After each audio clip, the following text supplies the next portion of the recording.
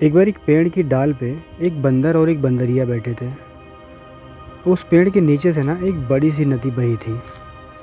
अब एक रोज़ शाम को एक भविष्यवाणी हुई कि आज रात को 2 बजे जो भी इस नदी में छलांग लगाएगा वो एक सुंदर सा राजकुमार बन जाएगा।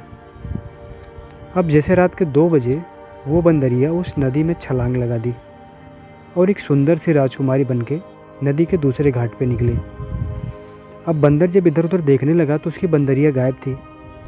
वो आसपास ढूंढने लगा तो कहीं मिल ही नहीं रही थी। तो वो दोबारा से उस राजकुमारी के पास गया और उस राजकुमारी से पूछता है कि यहीं बगल में मेरी बंदरिया बैठी थी, वो दिख नहीं रही है, क्या आपने उसे कहीं देखा है? तो राजकुमारी ने कहा कि मैं ही तुम्हारी बंदरिया हूँ। तो इस पर बंदर बहुत शौक हो जाता है। फिर बंदरिया ने कहा कि ये बताओ, क्या तुमने भविष्यवाणी नहीं सुनी थी?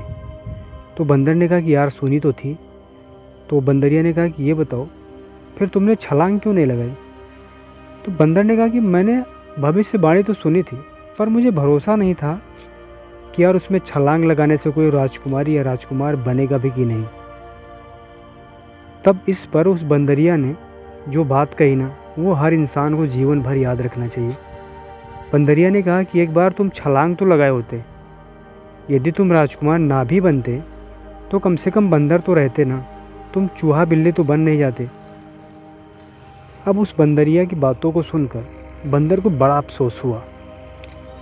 उसका पूरा मूड ख़राब हो गया। वो समझ नहीं पा रहा था कि वो क्या करे और बेचारा उम्र भर पछताता रहा।